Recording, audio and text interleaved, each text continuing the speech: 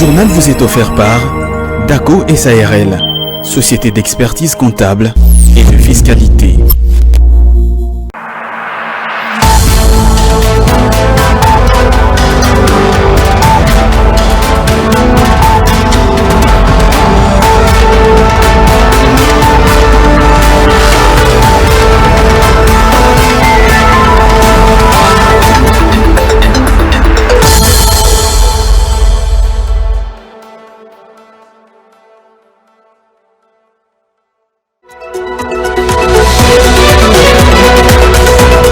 Les écoliers du complexe scolaire Sacré-Cœur de Jésus de la commune de Lantillé ont été reçus ce mercredi 24 avril 2024 à l'inspection générale des finances.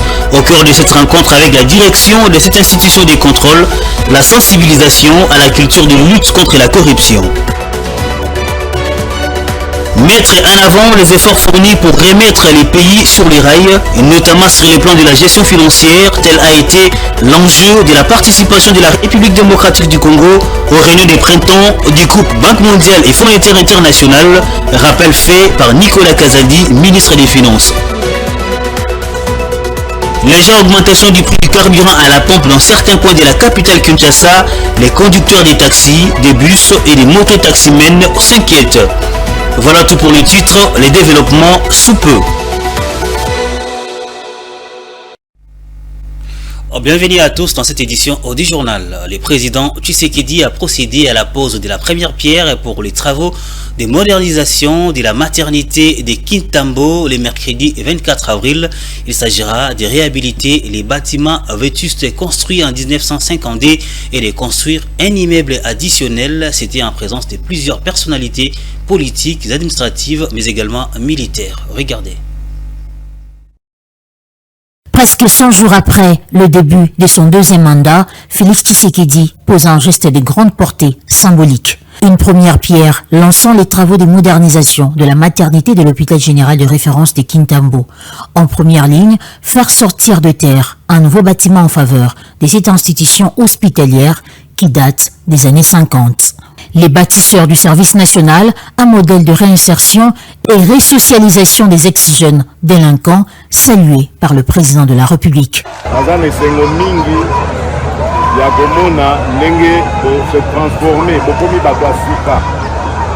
Donc, pour continuer, Mboka ezali kotie la bino penza motema. Tokotonga Mboka oyo na bino babatisseur. Derrière ces travaux, ce sont des milliers de femmes qui pourront accoucher et des enfants qui viendront au monde dans un environnement sain. Des médecins, infirmiers et administratifs travailleront dans des conditions adéquates. Le lancement des travaux de modernisation de la maternité de Kintambo s'inscrit dans la ligne droite de votre vision de faire du service national un des bras séculiers dans la mise en œuvre de votre politique de couverture santé universelle de manière générale, mais surtout de celle de la gratuité de maternité en particulier. La présence à cette cérémonie de votre suprême autorité est une preuve de plus de votre préoccupation du social des Congolais, surtout des conditions de la femme congolaise en phase d'accouchement. La femme congolaise ne manquera de vous exprimer sa gratitude et vous en restera à jamais reconnaissant. Le service national, maître d'ouvrage de ces travaux, estime les coûts à plus de 7 millions de dollars américains et la durée à 24 mois. Je l'ai annoncé au sommaire de ce journal, la lutte contre la corruption intéresse toutes les couches de la société, même les plus jeunes. C'est dans cette optique que les élèves du complexe scolaire Sacré-Cœur de Jésus de la commune de Lantillé ont été reçus le mercredi 24 avril à l'inspection générale des finances. Au cours des échanges avec la direction de cette institution supérieure de contrôle, ils ont été sensibilisés à la culture de la lutte contre la corruption. Grâce Louyanga.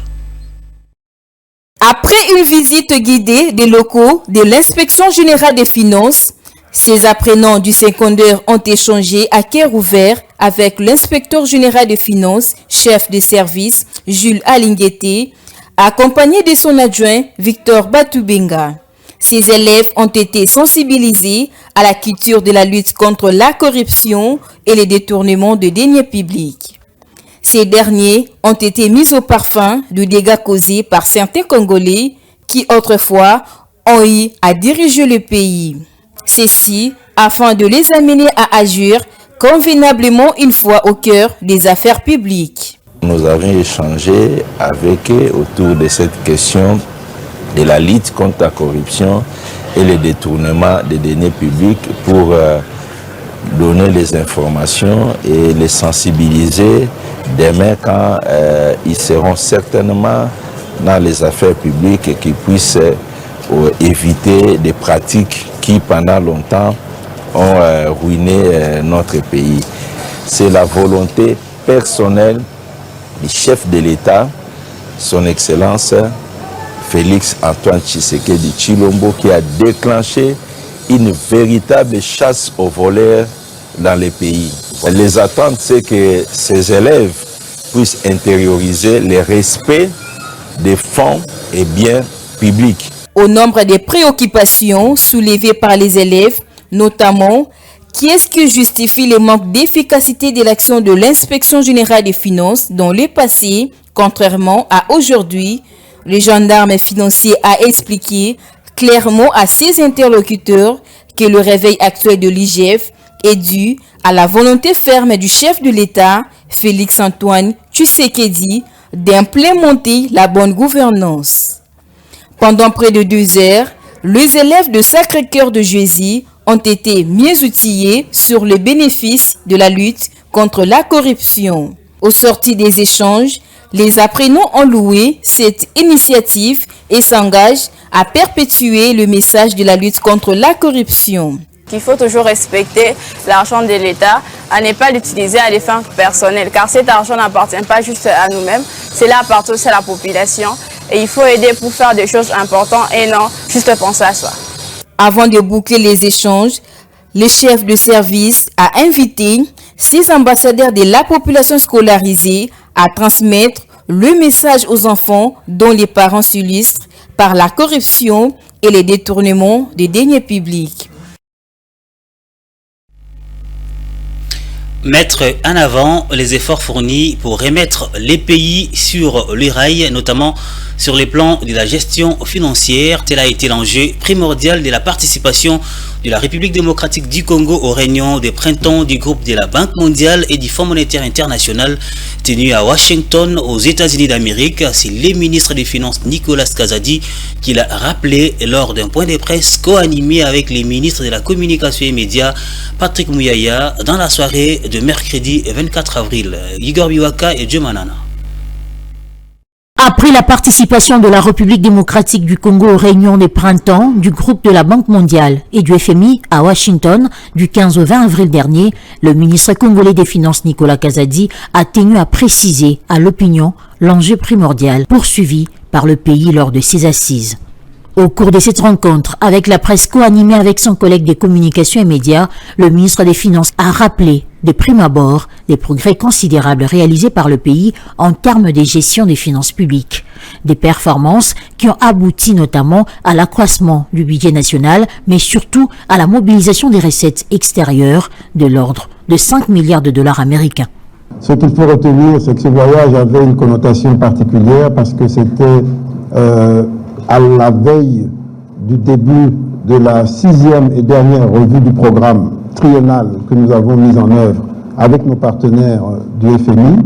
Ce programme avait pour objectif de commencer à remettre le pays sur les rails, sur le plan de la gestion financière, mais l'ensemble des performances que nous avons faites nous a permis aujourd'hui d'avoir un budget différent, 3 fois plus important qu'il ne l'était il y a 3 ans. Et nous avons également pu mobiliser des ressources extérieures beaucoup plus importantes, plus de 5 milliards environ. Ce, bien avant de revenir sur les processus des conclusions de la 6e revue avec les Fonds monétaires internationaux dans le cadre de son programme de facilité élargie de crédit, ce qui serait une première pour le pays.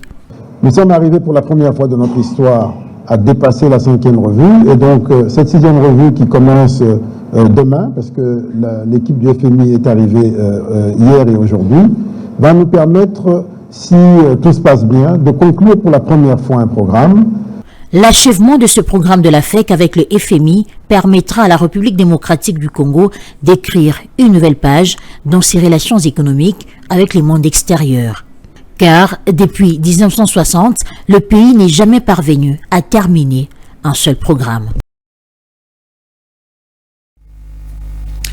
Dans la même suite, l'enveloppe salariale des agents publics est passée d'environ 240 milliards de francs congolais les mois en 2019 à 840 milliards à ce jour. C'est la révélation du ministre des Finances Nicolas Kazadi au cours de ces mêmes points de presse qui, un peu plus tôt dans son speech, s'est penché sur les réformes sociales engagées dans la mise à la retraite des agents publics. On l'écoute dans cet extrait.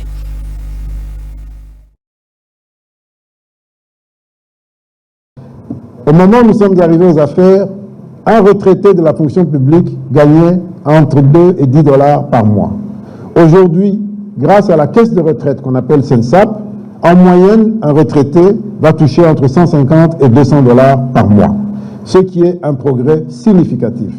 Et donc, c'est ce type de changement que nous apportons, dont les effets se font dans la durée, mais qui change totalement la donne. Parce qu'il n'y a pas pire que de travailler toute sa vie et que de tomber dans la grande misère juste parce qu'on a pris sa retraite. Il y a 5 ans, on avait à peine 100 000, 190 000 agents à la caisse de retraite. Aujourd'hui, on a plus d'1 million, 1 100 000 environ, agents à la caisse de retraite. Et chaque mois, dans leur rémunération, l'État met une partie pour préparer leur retraite, de manière à ce qu'ils ne finissent pas avec 2 dollars comme c'était à l'époque, et qui était d'ailleurs payé de manière incertaine, mais qu'ils finissent avec quelque chose d'un peu plus significatif, et qui est payé de manière certaine, parce que la caisse aujourd'hui, elle est solide. Et pour vous prouver qu'elle est solide, rien que l'année dernière ici, elle a fait 85 millions de dollars de bénéfices. Rien qu'en salaire et en rémunération. En janvier 2019, nous avions environ 1 200 000 agents publics, civils et militaires tous confondus. En décembre 2023, nous avons presque 1 600 000, 1 599 000 agents publics. Ça, c'est un progrès, un effort. On a payé plus de monde. En termes d'enveloppe salariale, en janvier 2019, on payait environ 240 milliards par mois. Aujourd'hui, on est à 840 milliards par mois.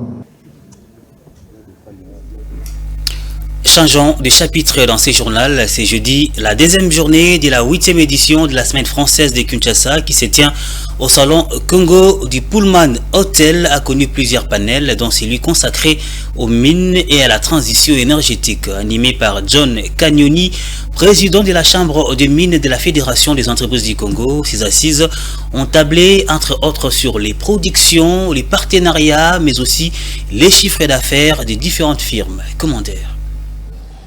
Les représentants de grandes entreprises minières œuvrant en République démocratique du Congo, dont Kamo Akakula, l'entreprise générale des Cobalt, Société congolaise du terril de Lubumbashi, mais également les partenaires financiers ont pris part à ces panels dédiés aux mines et à la transition énergétique. Les exposants sont revenus entre autres sur leur production, les valeurs, les perspectives, mais aussi les chiffres d'affaires. Le secteur minier en particulier, il y a le cuivre qui a évolué, et qu'aujourd'hui on atteint pratiquement 3 millions de tonnes qui sont produites. Bien sûr, ça vient essentiellement du Katanga, mais il y a aussi d'autres minéraux. Là, on peut voir un certain ranking où on voit la place de Kamoa avec 50 millions de tonnes en ce qui concerne la production de cuivre. Les défis sont aussi en termes d'inclusivité, de la croissance qu'on a présenté, mais aussi en termes de respect des droits de l'homme. Le gouvernement de la République les prend à bras le corps.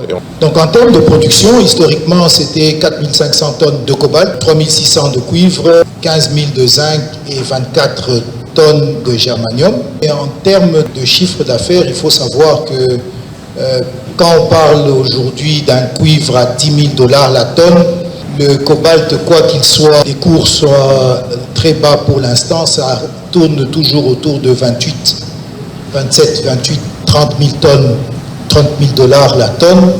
Mais le germanium, qui est la raison pour laquelle nous avons dû trouver des solutions pour avoir des revenus un peu plus importants, le germanium, on parle de 3 millions de dollars pour une tonne. C'est une préoccupation qui est très ancienne au niveau de la communauté financière, puisque c'est depuis la COP21 qui s'était tenue en 2015 à Paris que l'ensemble de la communauté financière s'est engagé à favoriser les financements et les investissements sur les technologies à bas carbone. Et débuté le mercredi 24 avril, cette 8e édition de la Semaine française de Kinshasa va se clôturer le vendredi 26 avril avec le programme notamment des forums et des ateliers sur l'énergie, les financements des PME, le ville durable, la santé, mais aussi les guichets uniques intégral du commerce extérieur.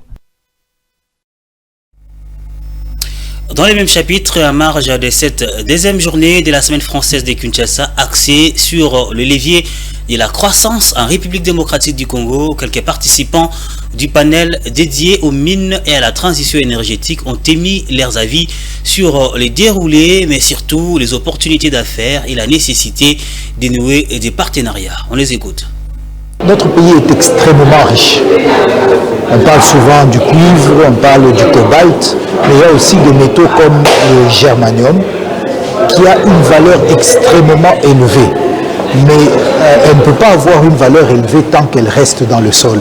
Mais si on peut l'exploiter et la vendre, ça produit des richesses pour notre pays. À titre d'exemple, le cuivre, une tonne vaut 10 000 dollars. Le cobalt, une tonne aujourd'hui, c'est 30 000 dollars. Mais le germanium, une tonne, c'est 3 millions de dollars. Donc c'est beaucoup d'argent qui peuvent être récupérés lorsque STL exploite ses réserves. C'est un événement rare, mais un événement aussi qui nous permet, nous, entrepreneurs congolais, de saisir certaines opportunités. Vous savez, le Congo est en train de bouger, que ce soit dans le domaine agricole, que ce soit dans le domaine, comme je l'ai dit, de la mobilité électrique. Nous avons toutes les potentialités possibles, mais pour pouvoir faire éclater notre potentialité, nous avons besoin de soutien, non seulement du gouvernement congolais, mais aussi des institutions internationales qui peuvent nous accompagner. C'est pour nous l'occasion d'entrer en contact avec différents partenaires qui sont venus ici à Kinshasa, échanger avec eux. Ils sont venus palper nos réalités et voir comment nous pouvons ensemble travailler en partenariat et accompagner nos actions ici chez nous en République démocratique du Congo. Légère augmentation du prix du carburant à la pompe dans la partie ouest et nord de la République démocratique du Congo. L'arrêté ministériel signé le 23 avril 2024 par les ministres intérimaires de l'économie nationale Estache Mourandi indique qu'un litre d'essence passe désormais à 3 475 francs congolais et les gasoils à 3 465 francs congolais, soit une hausse d'environ 200 francs sur les tarifs en vigueur depuis le mois d'octobre de l'année dernière. Les détails de Osé et Kabamba. C'est une mesure qui illustre la volonté du gouvernement de la République à préserver l'équilibre du système d'approvisionnement du pays en produits pétroliers et à réduire les coûts budgétaires de la subvention pétrolière qui pèse sur les trésors publics. Dans son arrêté ministériel portant fixation du prix des carburants terrestres dans les zones ouest et nord du pays, le ministre de l'économie indique que dans les provinces de l'Équateur, du Congo central, du Kwango, du Kwilu, du Maïndombe, de la Mongala, du Nord Ubangi, du Sud Ubangi, de la Chuapa, ainsi qu'à Kinshasa, le prix des références du litre d'essence à la pompe est passé des 3 225 francs à 3 475 francs congolais, celui du gasoil des 3 215 francs à 3 465 francs congolais et le pétrole de 2650 à 2900 francs congolais. Le même document renseigne que, dans la zone de consommation nord, comprenant notamment les villes de Mbandaka, de Kisangani, d'Aketi, de Bumba et les territoires d'Akula, la nouvelle structure de prix des carburants indique qu'un litre d'essence passe de 3 970 francs à 4 220 francs congolais, celui du pétrole de 3 200 francs à 3 460 francs congolais et les gasoils de 4 020 francs à 4 270 francs congolais. Ici est de noter que La nouvelle structure de prix des carburants terrestres établie par le ministère de l'économie nationale est entrée en vigueur les jeudis 25 avril 2024 dans les zones concernées. Restons dans les mêmes sujets. Cette augmentation des prix des carburants à la pompe fait réagir les acteurs du secteur des transports en commun, conducteurs des taxis, des bus ou encore les mototaximens s'inquiètent et craignent que cette nouvelle structure des prix des carburants terrestres ne conduise à la majoration du prix de la course. Écoutez. Cette hausse de prix des carburants à la pompe risque d'avoir un effet d'entraînement sur le prix de la course. Si aujourd'hui le coût du trajet a littéralement décuplé, c'est à cause du prix des carburants à la pompe qui sont revus à la hausse depuis un certain moment. Bien avant, 10 litres d'essence s'achetaient à environ 10 000 francs congolais, mais aujourd'hui, c'est bien au-delà. Jusqu'à présent, je n'ai pas majoré les prix de la course, mais nous demandons aux autorités compétentes de se pencher sur ces problèmes.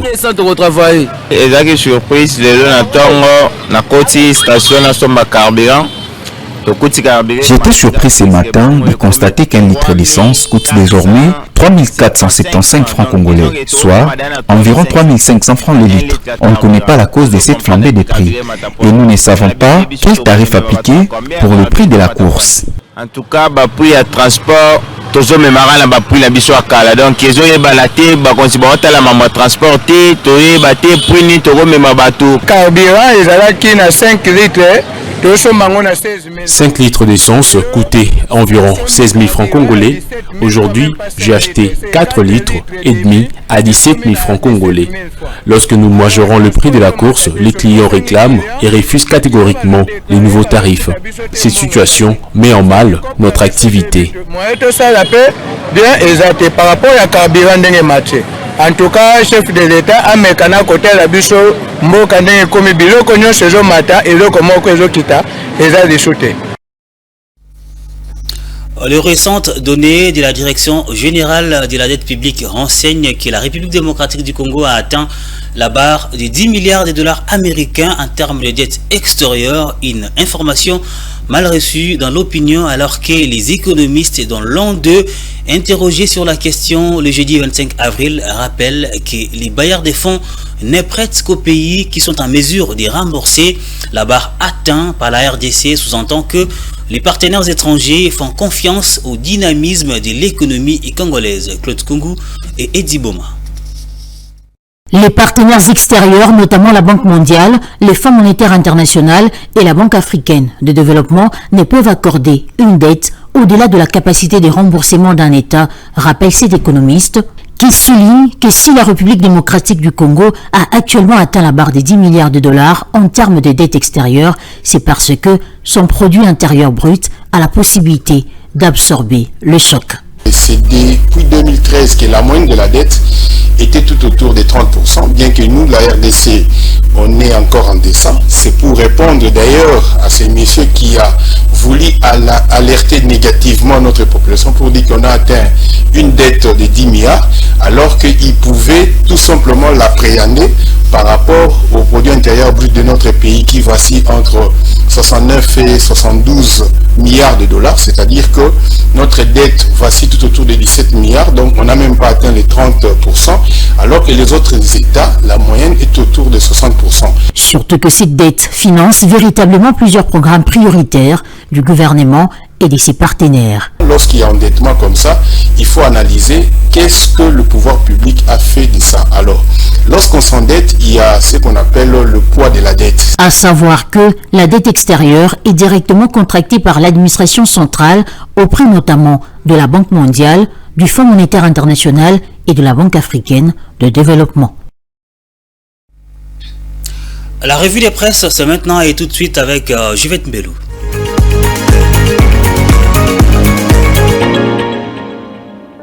Mesdames et messieurs, bienvenue à tous. Dans ces travaux suivants vont y être réalisés le renouvellement de toute la toiture existante, le réaménagement des espaces internes de manière fonctionnelle, l'ajout...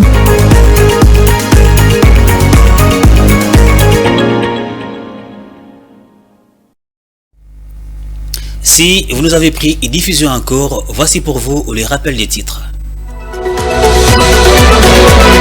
Les écoliers du complexe scolaire Sacré-Cœur de Jésus de la commune de Lantilé ont été reçus ce mercredi 24 avril 2024 à l'inspection générale des finances. Au cœur de cette rencontre avec la direction de cette institution de contrôle, la sensibilisation à la culture de lutte contre la corruption.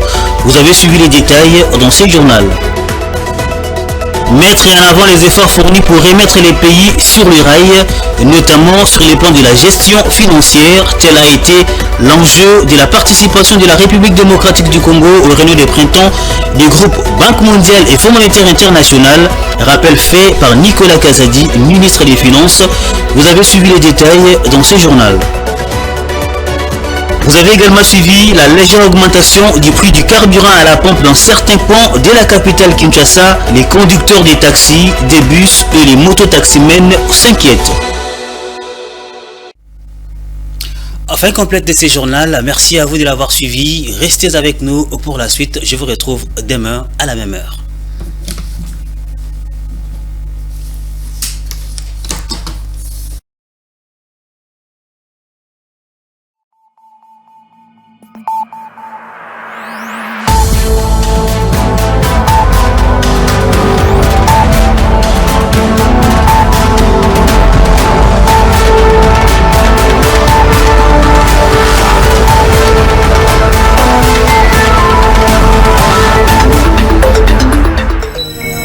Ce journal vous a été offert par DACO SARL, société d'expertise comptable et de fiscalité.